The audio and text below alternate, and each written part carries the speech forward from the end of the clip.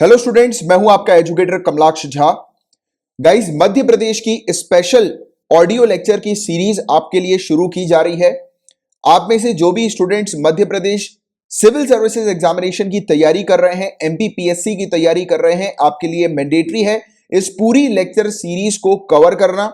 यहां पर काफी सारे लेक्चर्स में ऑडियो लेक्चर्स आप लोगों के लिए डेली बेस पर लेकर आऊंगा, रेगुलर बेसिस पर।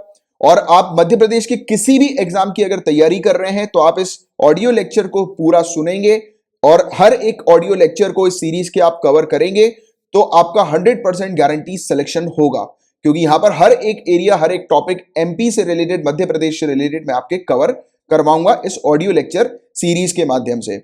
और ये जो ऑडियो लेक्चर है गाइस, ये एक्सक्लूसिवली खबरी पॉडकास्ट के लिए तैयार किया जा रहा है। तो आप में से जो भी स्टूडेंट्स मुझे खबरी पॉडकास्ट पर फॉलो नहीं करते हैं, वहां पर फॉलो कीजिएगा। खबरी करके एक गूगल प्ले स्टोर पर एप्लीकेशन है, उसको आप डाउनलोड कर लीजिए। वहां पर आप मुझे सर्च कीजिएगा, अपने चैनल को झा सर एकेडमी अपने चैनल का नाम है, वहां पर सर्च कीजिए और वहां पर रेगुलरली ऑडियो लेक्चर्स मैं आपको प्रोवाइड करा रहा हूं। तो आप वहां पर मुझे सर्च कर सकते हैं और वहां पर फॉलो कर सकते हैं। और अभी आप क्या कीजिए, आज का जो अपना ये पहला लेक्चर है, इस लेक्चर में मैं आपको मध्य प्रदेश के बारे में बेसिक इंफॉर्मेशन प्रोवाइड कराऊंगा। और आप रेगुलर बेसिस पर जब भी आप ऑडियो लेक्चर सुने, आप पेन और पेपर लेकर बैठिएगा और जो भी चीज मैं ऑडियो लेक्चर के दौरान आपको बता रहा हूं उसको आप नोट डाउन करते जाइएगा। ठीक है, तो चलो आपका समय ना वेस्ट करते हुए फटाफट ऑडियो लेक्चर को शुरू करते हैं। तो मध्य प्रदेश के बारे में सबसे पहली बेसिक डिटेल क्या है कि मध्य प्रदेश कब एस्टैब्लिश हुई थी, मध्य प्रदेश का फाउंडेशन कब हुआ था, मध्य प्रदेश की स्थापना कब हुई थी। तो डेट आपसे पूछी जाती है, तो याद रखिएगा 1 नवंबर 1956, 1 नवंबर 1956 को मध्य प्रदेश की स्थापना हुई थी। मध्य प्रदेश का पुराना नाम क्या है, तो मध्य प्रदेश का पुराना नाम है सेंट्रल प्रोविंस एंड बरार। याद रखिएगा, सेंट्रल प्रोविंस एंड बरार। कई सारे स्टूडेंट सिर्फ सेंट्रल प्रोविंस मार्क करके आ जाते हैं, नहीं, central province and Brar Madhya Pradesh का पुराना नाम है। इसके अलावा मध्य प्रदेश को और भी कौन से नामों से जाना जाता है, तो कोहिनूर प्रदेश, नदियों का मायका, हृदय प्रदेश, सोया प्रदेश, लघु भारत, जनजाति प्रदेश, आदि मानव की क्रीड़ा स्थल यानी कि आदिवासी स्पोर्ट साइट स्टेट के तौर पर भी मध्य प्रदेश जाना जाता है। इसके अलावा मोस्ट फॉरेस्टेड एरिया के तौर पर भी मध्य प्रदेश जाना जाता है। इसके अलावा most national park and wild life sanctuary state के तौर पर भी मध्य प्रदेश जाना जाता है। तेंदुपत्ता प्रदेश के रूप में भी मध्य प्रदेश को हम लोग जानते हैं। इसके अलावा पल्स स्टेट के तौर पर भी मध्य प्रदेश जाना जाता है, दलहन प्रदेश। अब बहुत ध्यान से सुनिएगा, मध्य प्रदेश की कुछ ऐसी साइट्स के बारे में, ऐसी जगहों के बारे में मैं आपको बताने जा रहा हूं जो कि हिस्ट्री पॉइंट ऑफ व्यू से काफी ज्यादा इंपॉर्टेंट है। तो शुरू करते हैं हथनौरा से। हथनौरा बेसिकली नर्मदा नदी के पास एक जगह है, सीहोर डिस्ट्रिक्ट के अंदर बुदनी तहसील आती है, वहां पर यह हथनौरा जगह हम लोग को देखने को मिलती है। इस जगह पर 5 दिसंबर 1982 को डॉक्टर अरुण सोनकिया जी इस जगह पर गए थे और उनको इस जगह पर मिले थे कुछ हड्डियां, राइट, इंसान की कुछ हड्डियां मिली थी, ठीक है, रिमेन्स मिले थे, अवशेष मिले थे इंसान के, उसको वो लेकर आए थे। और जब उसकी सर्च करा गया था, यानी कि उस हड्डी को सर्च किया गया था कि ये हड्डी कब की है, तब पता लगा था कि सबसे पुराना ह्यूमन की हड्डी हमें देखने को मिली थी। यानी कि मध्य प्रदेश के अंदर पहले ह्यूमन के एविडेंस, यानी कि मध्य प्रदेश के अंदर सबसे पुराने ह्यूमन के एविडेंस आप कह सकते हो कि मध्य प्रदेश के अंदर जो भी ह्यूमन सबसे पुराना होगा अभी तक, तो उसकी हड्डियां ये पाई गई थी हथनौरा से। तो ये चीज आपको बहुत अच्छे से ध्यान में रखनी है। और इसको नर्मदा मानव या फिर नर्मदा कपाल के तौर पर भी जाना जाता है। और आज की मतलब यानी कि एट प्रेजेंट, अभी के समय पर आपको इन हड्डियों को देखना है, इन ह्यूमन के एविडेंसेस को देखना है आपको, तो वो आपको मिल जाएंगे नागपुर म्यूजियम में। तो आप नागपुर म्यूजियम में जाकर इन अवशेषों को देख सकते हैं। पहले ह्यूमन के एविडेंस मध्य प्रदेश के अंदर हथनौरा से पाए गए थे, याद रखना। अच्छा, इसके अलावा ह्यूमन सेटलमेंट यानी कि कहां पर निवास स्थल था पुराने टाइम पर ह्यूमंस का, तो एक जगह हम लोग को देखने को मिलती है भीमबेटका। आप लोग शायद मे भी काफी सारे जो लिसनर्स हैं वो भीमबेटका में डेफिनेटली गए होंगे, भोपाल के काफी नजदीक है, भीमबेटका की गुफा काफी फेमस है। तो ये निवास स्थल था, ये सेटलमेंट साइट थी पहले, यानी कि पहले के ह्यूमंस की, प्री हिस्टोरिक ह्यूमन की ये सेटलमेंट साइट थी ये भीमबेटका। भीमबेटका जो है वो किस जिले के अंदर आती है, तो रायसेन जिले, आपको ध्यान में रखना है। और भीमबेटका की खोज किसके द्वारा की गई थी, तो डॉक्टर विष्णु श्रीधर, इनके द्वारा 1957-1958 में भीमबेटका की खोज की गई थी। अब जो चीज मैं आपको बता रहा हूं, अब जो फैक्ट बता रहा हूं, बहुत ध्यान से सुनना। अब ये जो फैक्ट है ये मध्य प्रदेश का नहीं है, ये ऑल ओवर इंडिया का है। तो पूरे भारत में सबसे पहली बार फार्मिंग के, कृषि के और पशुपालन के एविडेंस जो है वो कहां से प्राप्त हुआ है, यानी कि इंडिया में सबसे पहली बार फार्मिंग कहां पर हुई है, तो आदमगढ़ आपको ध्यान में रखना है। और आदमगढ़ किसके अंदर आती है, होशंगाबाद जिले के अंदर आती है। तो ये कुछ फैक्ट्स हैं गाइस प्री हिस्टोरिक पीरियड के, जिसको आपको ध्यान में रखना है। और भी आने वाले लेक्चर्स में और भी डिटेल में अपन पूरी चीजों के बारे में बात करेंगे। अभी मैं आपको एक बेसिक ओवरव्यू दे रहा हूं, जनरल अंडरस्टैंडिंग आप लोगों की क्लियर कर रहा हूं। अच्छा, वैदिक काल की अगर अपन बात करें तो बताया गया है कि वैदिक लिटरेचर जो है, काफी सारे वैदिक साहित्य जो है उसमें मध्य प्रदेश का उल्लेख है। जैसे कि दक्षिणा पथ और रेवोत्तर के रूप में मध्य प्रदेश का उल्लेख मिलता है, राइट। इसके अलावा मनुस्मृति की अगर अपन बात करें तो जो मनुस्मृति के अंदर जो हिस्सा बताया गया है हिमालय और विंध्याचल के बीच का, तो वो मध्य प्रदेश है। ठीक है, तो ये चीज भी आप ध्यान में रखना, मनुस्मृति में भी मध्य प्रदेश का जिक्र हम लोग को देखने को मिलता है, राइट, या फिर उल्लेख हम लोग को एक प्रकार का देखने को मिलता है। और छठी सेंचुरी बीसी की अगर हम लोग बात करें, छठी शताब्दी ईसा पूर्व की अगर हम लोग बात करें, तो बौद्ध धर्म ग्रंथ अंगुत्तर निकाय और भगवती सूत्र ग्रंथ, इसमें मध्य प्रदेश के बारे में मेंशन है कि मध्य प्रदेश के अंदर दो महाजनपद हैं, अवंती और चेदी, तो उसके तौर पर मध्य प्रदेश का उल्लेख मिलता है। तो देखो यहां पर एक क्वेश्चन और बन गया कि जो 16 महाजनपद के बारे में आपने हिस्ट्री में शायद पढ़ा होगा, नहीं पढ़ा है तो कोई बात नहीं, आपको पढ़ना ही है, एग्जाम के लिए इंपॉर्टेंट है। तो टोटल 16 महाजनपद हम लोग को देखने को मिलते हैं, उनमें से 2 महाजनपद मध्य प्रदेश के अंदर। तो अगर क्वेश्चन आ जाए मध्य प्रदेश में कितने महाजनपद हैं टोटल, तो 2 आपको ध्यान रखना है। और 2 कौन से, उनका नाम क्या है, अवंती और चेदी। ये पहले भी पूछा जा चुका है, ठीक है, तो ये थोड़ा सा ध्यान में रखिएगा। अब ब्रिटिश काल के समय पर मध्य प्रदेश की क्या हम लोग को स्थिति देखने को मिलती थी। देखो नागपुर के अंदर भोसले शासक थे, और भोसले शासक रघुजी तृतीय हम लोग को देखने को मिले थे, रघुजी थर्ड। तो इनकी डेथ के बाद 11 दिसंबर 1853 को अंग्रेजों ने नागपुर के ऊपर कंट्रोल कर लिया था। उसके बाद 13 मार्च 1854 को मध्य प्रदेश के पूरे साउथ ईस्ट एरिया पर ब्रिटिशर्स ने कंट्रोल कर लिया था। उसके बाद ब्रिटिशर ने 2 नवंबर 1861 को मध्य प्रांत यानी कि सेंट्रल प्रोविंस डिक्लेयर करी थी, और उसके बाद 24 अक्टूबर 1936 को बरार प्रोविंस या बरार प्रांत जो है वो एस्टैब्लिश किया था, डिक्लेयर किया था, उसका गठन किया था। तो याद रखिएगा ब्रिटिश सरकार ने 1853 से मध्य प्रदेश के ऊपर कंट्रोल करना शुरू कर दिया था। तो 1853 में सबसे पहली बार नागपुर के ऊपर ब्रिटिशर्स ने कंट्रोल किया था, उसके बाद फिर साउथ ईस्ट एरिया पर, उसके बाद फिर इन्होंने सेंट्रल प्रोविंस एस्टैब्लिश करी 1861 में, और फिर 1936 में इन्होंने बरार प्रोविंस एस्टैब्लिश कर दी थी। ठीक है, तो ये बेसिक फैक्ट है ब्रिटिश काल के समय के। और इसके अलावा इंडिपेंडेंस के पीरियड की अगर हम लोग बात करें, हमारे भारत को जब आजादी मिली थी 15 अगस्त 1947 को, तो उससे पहले मध्य प्रदेश का नाम मध्य प्रांत सेंट्रल प्रोविंस के नाम से जाना जाता था। ठीक है, और उस समय जो तत्कालीन राजधानी जो बनाई गई थी मध्य प्रदेश की, वो नागपुर बनाई गई थी। वहां पर पंडित रविशंकर शुक्ला जी ने झंडा फहराया था। अब राजधानी की बात हो रही है तो कुछ राजधानी से रिलेटेड अपन बात करें तो देखो मध्य प्रदेश की जो एडमिनिस्ट्रेटिव कैपिटल है, प्रशासनिक राजधानी जो है वो कौन सी है, तो वो है भोपाल। आपको ध्यान में रखना, मध्य प्रदेश की प्रशासनिक राजधानी जो है, एडमिनिस्ट्रेटिव कैपिटल जो है वो है भोपाल। और मध्य प्रदेश की संस्कार राजधानी यानी कि कल्चरल कैपिटल वो है जबलपुर। और मध्य प्रदेश की पर्यटन एवं ग्रीष्म राजधानी यानी कि टूरिज्म और समर कैपिटल वो है पचमढ़ी। और इंदौर जो है मध्य प्रदेश की कमर्शियल कैपिटल भी है और मध्य प्रदेश की स्पोर्ट्स कैपिटल भी है। व्यावसायिक राजधानी और खेल राजधानी इंदौर है। तो याद रखना, इंदौर मध्य प्रदेश की कमर्शियल और स्पोर्ट्स दोनों ही जानी जाती है। ठीक है, तो ये चीज आपको थोड़ी सी ध्यान में रखनी है। इसके अलावा अगर मैप में हम लोग मध्य प्रदेश को देखें तो ज्योमेट्रिक आकार जो है मध्य प्रदेश का, ज्योमेट्रिक शेप जो है वो कैसा है, तो रेक्टेंगुलर शेप का है। ठीक है, मध्य प्रदेश। गाइज अगर आज की डेट में मध्य प्रदेश के मैप को अपन देखें एट प्रेजेंट टाइम पर, तो मध्य प्रदेश के मैप में हम लोग को लैटिट्यूड और लॉन्जिट्यूड जो नजर आती है, तो वो मध्य प्रदेश के अंदर 21 डिग्री 6 मिनट्स नॉर्थ से लेकर 26 डिग्री 30 मिनट्स नॉर्थ का मध्य प्रदेश के अंदर हम लोग को लॉन्जिट्यूड देखने को मिलता है। और मध्य प्रदेश के अंदर लैटिट्यूड जो है वो होती है 74 डिग्री 9 मिनट्स ईस्ट से लेकर 82 डिग्री 48 मिनट्स ईस्ट जो है वो लैटिट्यूड हम लोग को मध्य प्रदेश का देखने को मिलता है। तो ये बहुत इंपॉर्टेंट फैक्चुअल इंफॉर्मेशन है जो आपको ध्यान में रखनी है। अच्छा, इसके अलावा अगर बाई चांस क्वेश्चन आ जाए कि 1956 के समय पर मध्य प्रदेश की लॉन्जिट्यूड और लैटिट्यूड किस प्रकार की थी, क्योंकि देखो आज की डेट में हम लोग को मध्य प्रदेश के अंदर थोड़ा सा मतलब कमी देखने को मिल रही है लैटिट्यूड और लॉन्जिट्यूड में। क्यों? क्योंकि छत्तीसगढ़ वाला अपना एरिया जो है वो मध्य प्रदेश से सेपरेट हो गया है। 1956 में छत्तीसगढ़ भी मध्य प्रदेश का एरिया था, आपको पता होगा, तो छत्तीसगढ़ भी अब सेपरेट हो गया 2000 के बाद से। तो आपको उस समय का अगर पूछे जाए, 1956 का पूछे जाए, तो उस समय 17 डिग्री 46 मिनट नॉर्थ और 26 डिग्री 30 मिनट नॉर्थ। तो ये जो है हम लोग को क्या देखने को मिलता है कि ये लॉन्जिट्यूड है।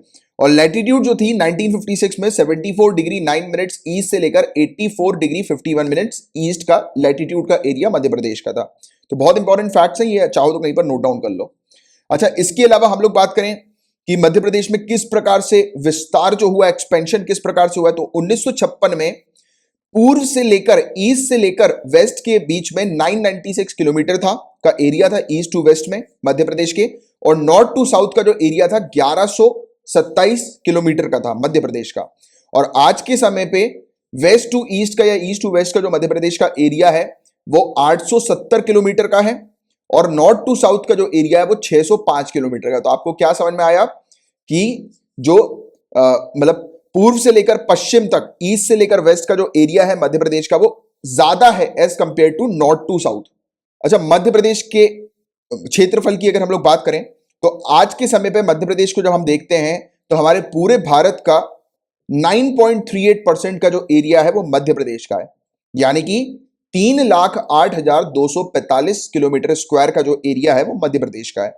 बट 1956 पे ये जो एरिया था वो 4,43,446 किलोमीटर स्क्वायर का हम लोग को देखने को मिलता था। इंडिया से कंपेयर करें तो इंडिया के मुकाबले 13.49% एरिया उस समय 1956 के समय पर मध्य प्रदेश का हुआ करता था।